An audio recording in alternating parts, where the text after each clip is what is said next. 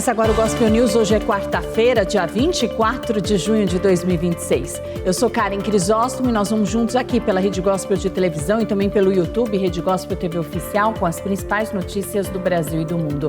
Vamos aos destaques de hoje. Olá, você vai ver daqui a pouco no Gospel News. Pesquisa mostra empate técnico entre Lula e Flávio Bolsonaro em eventual segundo turno das eleições e o pedido do TSE para desvincular a imagem deles a facções criminosas.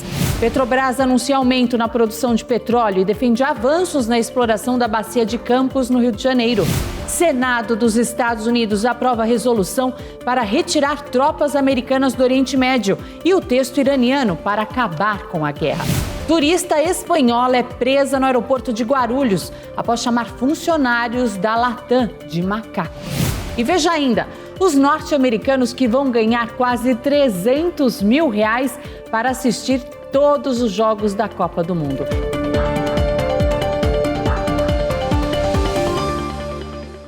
Boa noite. Uma pesquisa do Instituto GERP mostrou hoje que o senador e pré-candidato à presidência Flávio Bolsonaro e o presidente Lula estão tecnicamente empatados em um eventual segundo turno das eleições presidenciais. A pesquisa ouviu 2.000 pessoas em todo o território nacional. De acordo com a pesquisa, Flávio Bolsonaro soma 42% das intenções de votos contra 40% do petista em um eventual segundo turno. 15% dos entrevistados disseram não votar em nenhum dos dois. Os resultados do petista só melhoram em uma possível briga pelo Palácio do Planalto com outros nomes da direita, como Romeu Zema e Ronaldo Caiado. A pesquisa do Instituto GERP ouviu 2.000 eleitores com 16 anos ou mais entre os dias 15 e 20 de junho. Nesta semana, o Tribunal Superior Eleitoral determinou que a empresa Meta remova vídeos que associam o presidente Lula e o senador Flávio Bolsonaro ao crime organizado. Segundo a ministra Estela Aranha, o TSE não admite a associação de pré-candidato ou candidato a práticas criminosas ou organizações sem a existência de elementos robustos e que sustentam a acusação. Estela diz ainda que os conteúdos extrapolam os limites da crítica política e apresentam indícios de propaganda eleitoral antecipada negativa. A Petrobras e a petrolífera mexicana Pemex concordaram em explorar petróleo e gás no Golfo do México. A Petrobras e a petrolífera mexicana Pemex concordaram em explorar projetos conjuntos de petróleo e gás, especialmente no Golfo do México. As empresas anunciaram a assinatura de um memorando de entendimento com duração de 2 anos, em um momento em que a Pemex tenta reverter anos de dívidas sufocantes e de queda contínua na produção. A Petrobras é reconhecida mundialmente por sua experiência na extração de reservas de petróleo em águas profundas, ainda pouco exploradas no lado mexicano do Golfo do México. O diretor-geral da Pemex, Juan Fragoso, declarou que o acordo abre a possibilidade de otimizar e aumentar a produção em águas profundas. O presidente Lula afirmou em maio que sua colega, a presidente mexicana Claudia Sheinbaum, havia lhe telefonado para pedir ajuda da Petrobras para explorar petróleo em águas profundas no sul do México. E a presidente da Petrobras, Magda Chambriardi, disse que a produção de petróleo cresceu 14% em maio. Segundo a empresa, foram mais de 2,5 milhões de barris por dia produzidos. Durante um evento, Magda Chambriardi defendeu a revisão das regras para a exploração na bacia de Campos, no Rio de Janeiro. Ela afirmou que o tema pode estimular novos investimentos. E o governo federal decidiu estender a isenção de impostos para as empresas montadoras de carros elétricos até o final do ano. A Associação Nacional dos Fabricantes de Veículos Automotores reagiu negativamente e disse que a medida é contrária aos interesses das fabricantes nacionais. A extensão da medida ocorre em um momento de ascensão dos carros elétricos no Brasil. Muitos brasileiros têm optado por este novo tipo de carro em meio à alta nos preços dos combustíveis e o custo de manutenção. Segundo o governo federal, a decisão de isentar esse tipo de veículo de impostos foi para favorecer o consumidor e o mercado. Mas o outro lado da história já apresentou descontentamento e foi através da Anfávia. Em nota, a Associação Nacional dos Fabricantes de Veículos Automotores diz que a medida é contrária aos interesses dos trabalhadores, das fabricantes nacionais de veículos e das empresas brasileiras de autopeças. O texto afirma que a medida foi tomada sem a consulta do setor produtivo. Quem segue feliz com as medidas são os chineses. A BYD é a principal empresa de carros elétricos baratos no país. A montadora ganhou o coração dos brasileiros com modelos simples e acessíveis. Nessa semana, a BYD chegou a 300 mil veículos vendidos no Brasil. O Ministério de Portos e Aeroportos anunciou que a aviação brasileira bateu recorde entre janeiro e maio, com mais de 55 milhões de passageiros transportados. Somente no mês passado, mais de 10 milhões de brasileiros estiveram nos aeroportos. O terminal mais movimentado foi o de São Paulo, com quase 10 milhões de passageiros. O Banco Itaú anunciou nesta semana que vai alterar as regras do trabalho híbrido e aumentar a exigência de presença nos escritórios.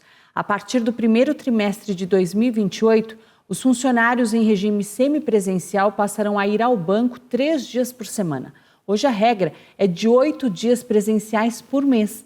O Sindicato dos Bancários de São Paulo, Osasco e região afirmou ter recebido com surpresa o anúncio feito pelo Itaú e disse ainda que não houve negociação prévia. Estudos recentes indicam que empresas têm acelerado o retorno ao trabalho presencial por preocupações com produtividade e gestão. A Rússia afirmou que o governo dos Estados Unidos não pretende mais ser um mediador imparcial para acabar com a guerra na Ucrânia. Ele afirmou que a Europa está se preparando para a guerra.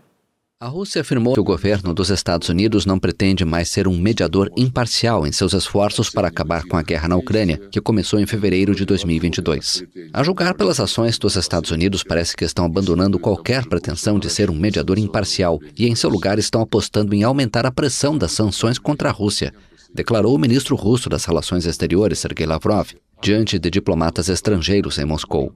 O chanceler advertiu também que, com seu apoio militar contínuo a Kiev, a Europa está voltando a se tornar uma ameaça enorme à segurança e à paz internacionais.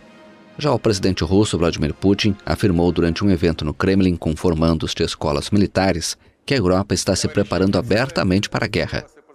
Estão aumentando seus orçamentos militares, seus orçamentos para atacar, ao mesmo tempo para justificar os gastos e a militarização radical dos seus estados. Os dirigentes dos países da OTAN e da União Europeia recorrem, como antes, a declarações mentirosas sobre a suposta ameaça militar russa, afirmou Putin. O mandatário se referiu aos recentes ataques ucranianos com drones contra a Rússia. As negociações com mediação dos Estados Unidos para encerrar o conflito mais violento na Europa desde a Segunda Guerra Mundial estão congeladas.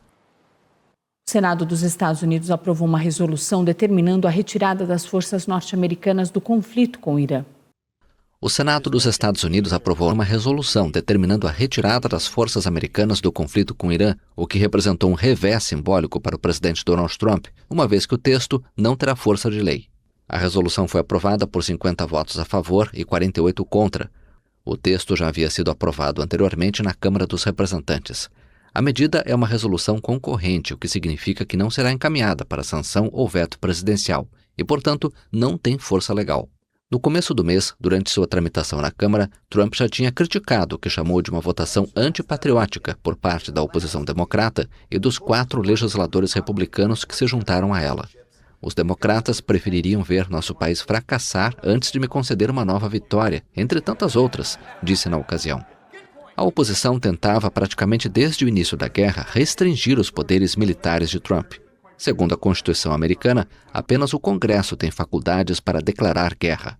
Embora a legislação permita ao presidente desencadear hostilidades para responder a uma ameaça iminente, exige que ele obtenha autorização do Congresso no prazo de 60 dias. No começo de maio, Trump ignorou este limite, alegando que o conflito tinha terminado devido ao cessar-fogo em vigor.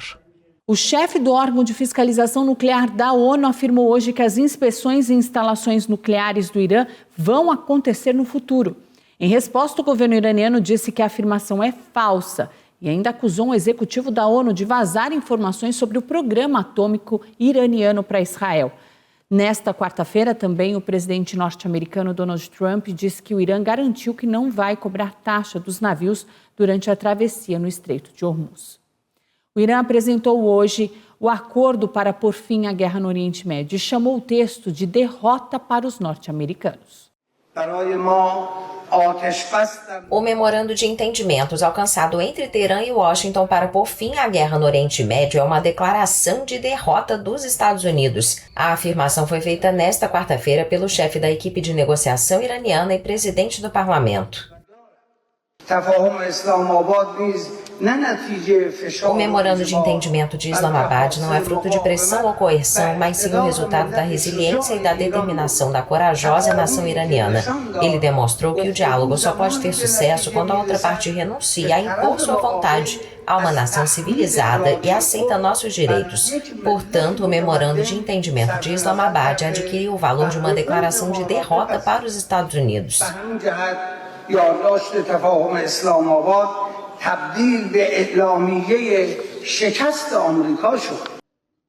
Kalibaf também reiterou que a paz no Líbano é um ponto fundamental para se chegar a um acordo final com Washington e afirmou que não vê o futuro da região em confronto, mas em interação, em um gesto que parece ser de reaproximação com os países vizinhos. Os Estados Unidos mantêm numerosas bases militares nas monarquias do Golfo. Os países que as abrigam foram alvos de ataques de drones e mísseis iranianos durante a guerra, em retaliação aos bombardeios dos militares americanos e israelenses. Uma equipe de observadores da Europa concluiu que não houve irregularidades no segundo turno das eleições da Colômbia. No último domingo, Abelardo de la Espriella venceu a corrida pela presidência com menos de 250 mil votos de diferença. A missão de observação eleitoral da União Europeia descartou a existência de irregularidade no segundo turno mais disputado da história da Colômbia, vencido pela extrema-direita no domingo por uma margem estreita. O candidato da esquerda, Iván Cepeda, afirmou que vai reconhecer a vitória do advogado de extrema-direita, Abelardo de la Espriella, apenas após a conclusão da apuração final. De la Espriella, que se autodenomina o Tigre, venceu com 49,6% dos votos, uma vantagem de pouco mais de 250 mil votos, segundo a pré-contagem realizada pela instituição responsável pela organização das eleições. Mais de 150 observadores eleitorais foram enviados para o segundo turno presidencial na Colômbia. A missão diplomática assegurou que, de acordo com seu monitoramento, os resultados da pré-contagem da apuração final coincidem com 99,9%.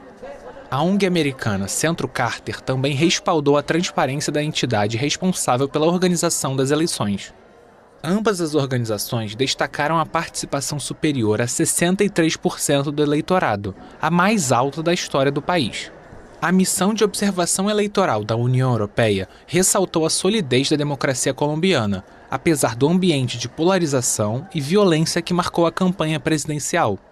De la Espriella, que vai governar de 7 de agosto até 2030, conquistou apoio com um discurso contundente contra a esquerda, que chegou ao poder pela primeira vez na Colômbia em 2022 com o atual presidente Gustavo Petro. A candidata Keiko Fujimori alcançou a quantidade de votos para não ser mais ultrapassada nas eleições presidenciais do Peru.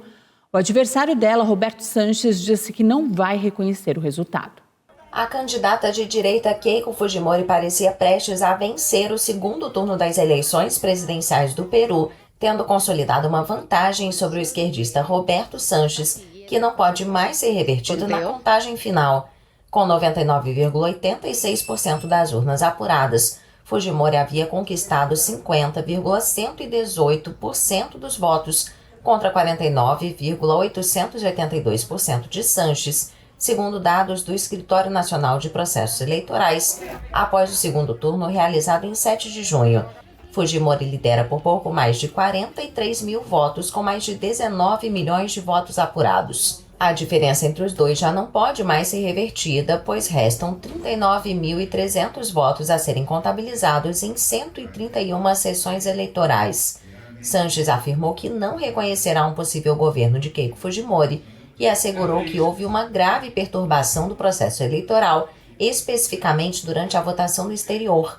O candidato de esquerda pediu a anulação dos votos depositados no exterior, uma medida que poderia afetar cerca de 300 mil cédulas. Mas a Junta Nacional Eleitoral declarou inadmissível o pedido de anulação por ter sido apresentado após o prazo e devido ao não pagamento das taxas eleitorais. O Força Popular, partido de Fujimori, indicou que aguardará a apuração de 100% dos votos antes de declarar vitória.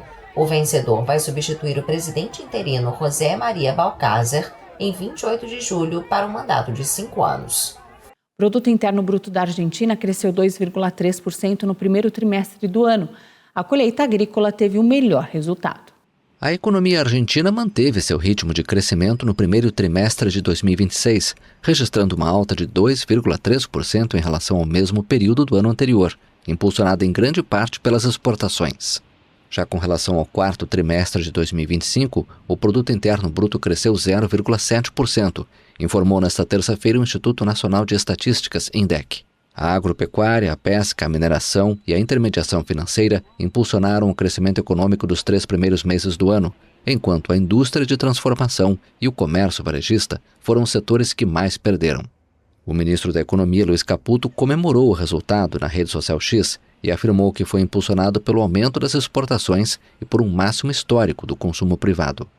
A Argentina atraiu bilhões em investimentos em troca de isenções tributárias e aduaneiras por 30 anos, destinadas especialmente aos setores de mineração e hidrocarbonetos, 2 dos segmentos que explicam boa parte do crescimento econômico. A economia do país vizinho cresceu 4,4% em 2025 e a projeção para 2026 é de que se aproxime de 3%. A França detectou o primeiro caso de ebola em um trabalhador que esteve na República Democrática do Congo. As autoridades de saúde da França anunciaram nesta quarta-feira o primeiro caso de ebola no país, o de um médico que voltou recentemente da República Democrática do Congo, que enfrenta uma epidemia da doença infecciosa. Hoje, a França informou que um profissional de saúde da ONG Alima, que retornou ao país após prestar assistência a um paciente com ebola na República Democrática do Congo, testou positivo para o vírus e está sendo monitorado e recebendo cuidados. Este caso serve como um lembrete dos riscos enfrentados pelos profissionais que atuam na linha de frente. Quase 80 profissionais de saúde foram infectados, o que evidencia os riscos a que estão expostos e a importância de fortalecer as medidas de prevenção e controle de infecções. Mas reforçou que o risco de contágio em todo o mundo permanece baixo. A República Democrática do Congo, de onde o médico diagnosticado retornou, enfrenta uma grande epidemia da doença que provoca febre hemorrágica, muitas vezes mortal. O caso francês é o primeiro identificado fora do continente africano na atual epidemia, que também afeta Uganda e foi provocada por uma cepa pouco frequente do vírus, chamada Bundibugyo, contra a qual não existe vacina nem tratamento específico. E no próximo bloco, homem morre após desabamento de cortiço na zona leste da capital paulista. E turista espanhola é presa após chamar funcionários da Latam de macacos.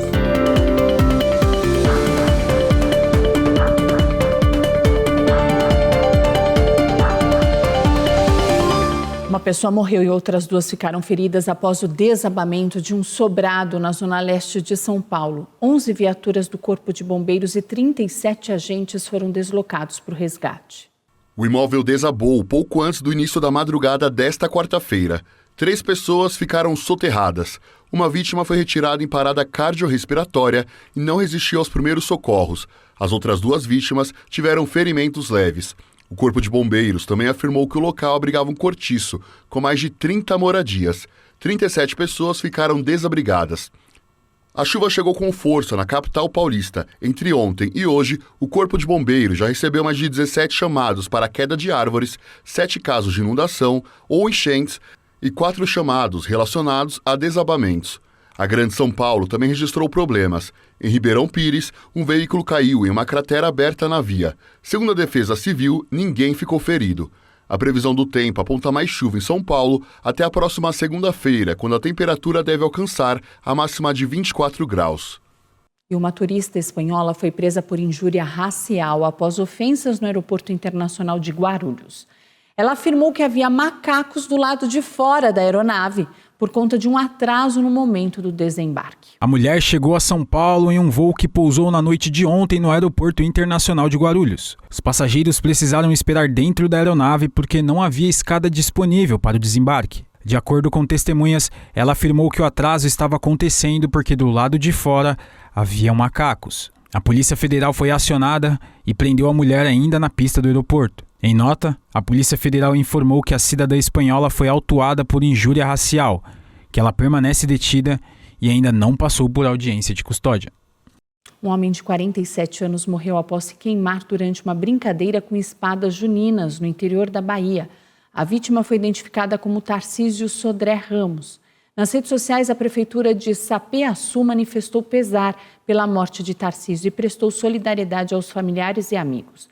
Em nota, a Polícia Civil da Bahia reforçou que o porte, a posse, o armazenamento, o transporte e o uso de espadas de fogo seguem proibidos no estado. A dinâmica do acidente vai ser investigada. E a seguir, França registra 40 mortes por afogamento durante dias de calor intenso. E veja os americanos que ganham dinheiro para assistir todos os jogos da Copa do Mundo.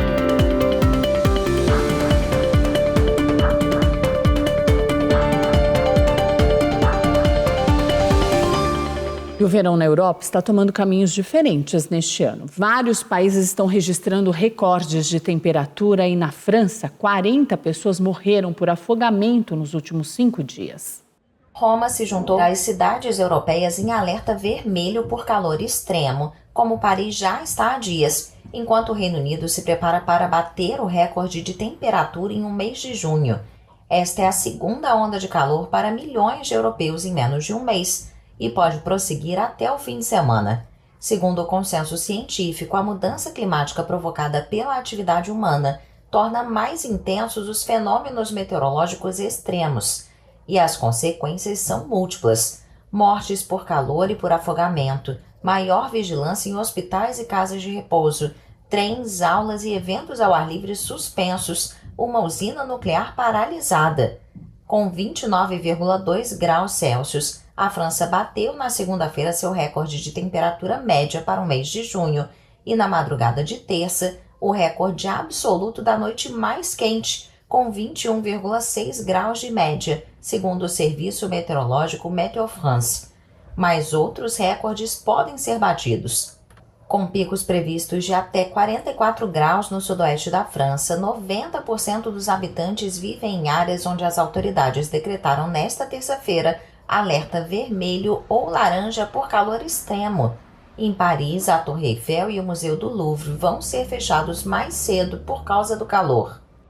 Uma parte do sul do Reino Unido também se encontra em alerta vermelho e o recorde histórico de 35,6 graus para o mês de junho, registrado pela última vez em Southampton em 1976, pode até ser superado, segundo o órgão britânico Met Office. O Jardim Botânico Kew Gardens pintou de vermelho uma árvore que morreu durante a onda de calor de 2022 para chamar atenção para as mudanças climáticas. Quase toda a Espanha também está em alerta por onda de calor. A Federação Internacional da Cruz Vermelha alertou que, para milhares de pessoas na Europa, as temperaturas extremas podem virar rapidamente uma questão de vida ou morte.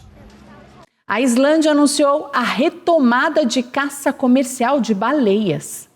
A Islândia, um dos 3 países do mundo que continua com a caça comercial de baleias, pretende pôr fim à atividade a partir de 2024. O anúncio foi feito nesta sexta-feira pela ministra da Pesca do país insular. A data estabelecida é o ano em que acabam as atuais cotas de pesca permitidas e, de acordo com a ministra islandesa, há poucas evidências de que haja interesse econômico na manutenção da prática. Estabelecidas pela última vez em 2019, as cotas islandesas autorizam a caça de 209 baleias comuns por ano, o segundo maior mamífero depois da baleia azul, e de 217 baleias de mink, um dos cetáceos menores. Há 3 anos, porém, as 2 empresas que detêm as licenças no país estão paradas. Uma delas anunciou há 2 anos que estava encerrando as atividades. Nas últimas 3 temporadas de verão, apenas uma baleia de mink foi caçada em 2021. O motivo é a dura concorrência do Japão, principal mercado de carne de baleia. A caça comercial foi retomada no país asiático em 2019, depois que Tóquio se retirou da Comissão Baleeira Internacional. Um grupo de turistas que escalava uma montanha na Guatemala quase foi atingido por bolas de fogo expelidas por um vulcão.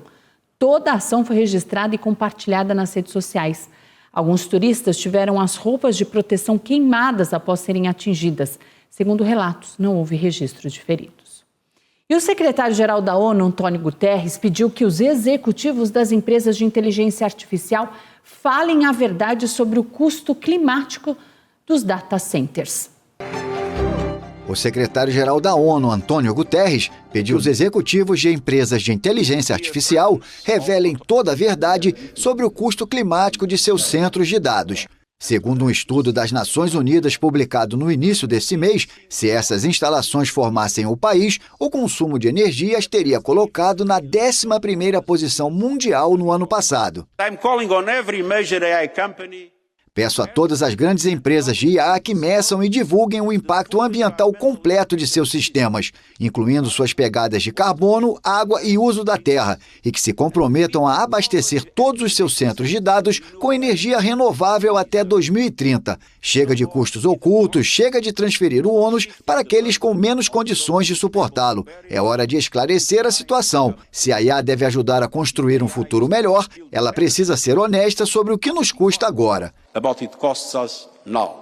O secretário-geral da ONU também lançou um apelo global à ação sobre o metano, a segunda maior causa das mudanças climáticas depois do gás carbônico, com o objetivo de alcançar emissões próximas de zero. Para tanto, ele propôs combater os vazamentos de metano na indústria de petróleo e gás e promover práticas para eliminar as emissões de gás natural associadas à extração de petróleo.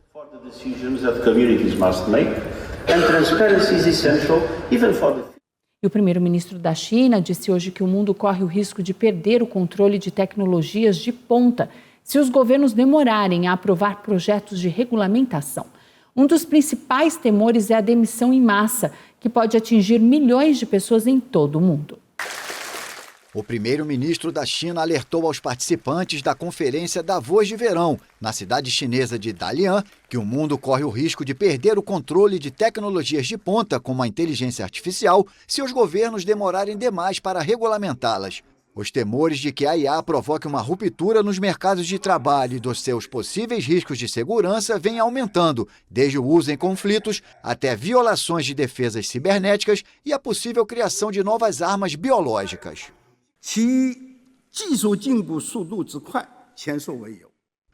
A velocidade do progresso tecnológico é sem precedentes, ao mesmo tempo em que questões incontroláveis também aumentam significativamente. A inteligência artificial, em particular, é reconhecida por ter melhorado a eficiência da inovação, levando a uma onda de avanços de ponta.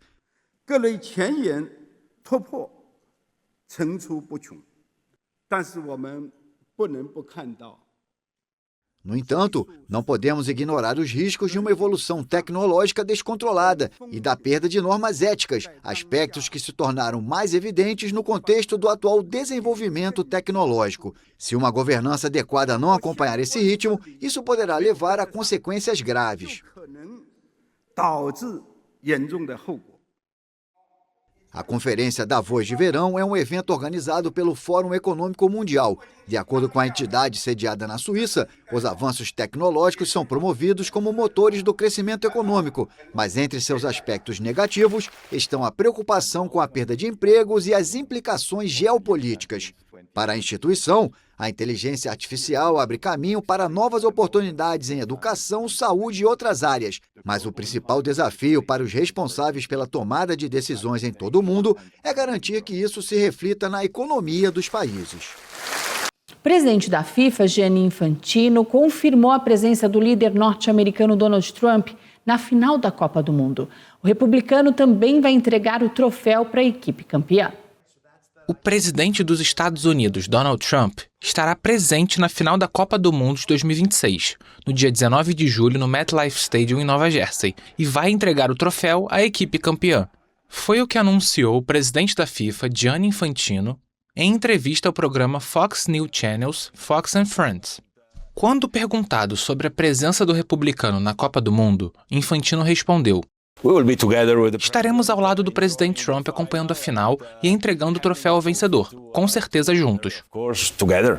Trump ainda não compareceu a nenhum jogo desta edição no Mundial, organizado em conjunto por Estados Unidos, México e Canadá.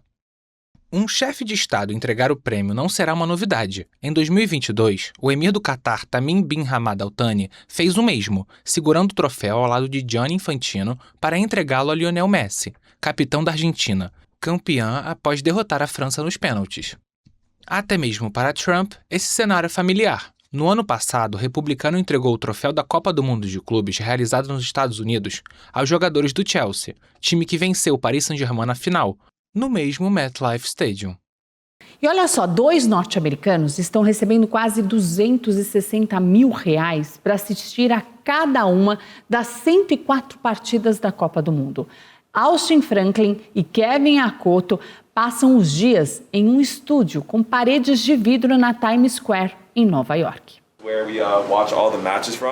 Enquanto milhares de torcedores sonham em garantir ingressos para a Copa do Mundo, 2 americanos encontraram uma maneira inusitada e lucrativa de vivenciar e curtir o torneio. Eles estão sendo pagos para assistir a todas as 104 partidas de dentro de um estúdio com paredes de vidro, instalado à vista de quem passa pela Times Square, em Nova York. O emprego dos sonhos de milhões de pessoas pelo mundo afora é chamado de observador-chefe da Copa do Mundo. Austin Franklin, de 29 anos, e Kevin Akoto, de 26, foram contratados pela Fox, uma das emissoras americanas que estão transmitindo o torneio, após um processo de seleção no qual milhares de torcedores enviaram vídeos para se candidatar. Para assumir esse tão almejado cargo, Akoto, nascido na Flórida, teve que tomar decisões importantes na vida pessoal. Eu estava disposto a largar meu emprego. Também estava disposto a terminar o relacionamento com alguém com quem eu estava saindo na época. Então eu estava determinado a fazer tudo isso só para conseguir essa oportunidade. O estúdio recria uma atmosfera de futebol, com grama artificial no chão e cachecóis das seleções participantes decorando as paredes. Natural de Massachusetts, Franklin está confiante quanto ao papel que a seleção dos Estados Unidos pode desempenhar na Copa. Há uma energia especial em sediar uma Copa do Mundo no seu próprio país. E quem sabe, vamos ver o que os Estados Unidos conseguem fazer aqui. Talvez eles consigam causar um impacto semelhante ao da seleção feminina de 1999. O título em 1999 foi o segundo dos 4 que as americanas ganharam na Copa do Mundo. E foi especial porque foi conquistado em casa. A repetição dessa história seria a cereja no bolo para esses 2 felizardos. Apesar da agenda intensa da Copa do Mundo, disputada ao longo de 39 dias, eles dizem que nunca se cansam de passar horas e horas diante de 2 telas de TV. O trabalho diferente os transformou em uma atração para quem passa pela Times Square durante a Copa. Agora, nesse ponto emblemático de Nova York, os 2 americanos fanáticos por futebol estão longe de ser a única atração.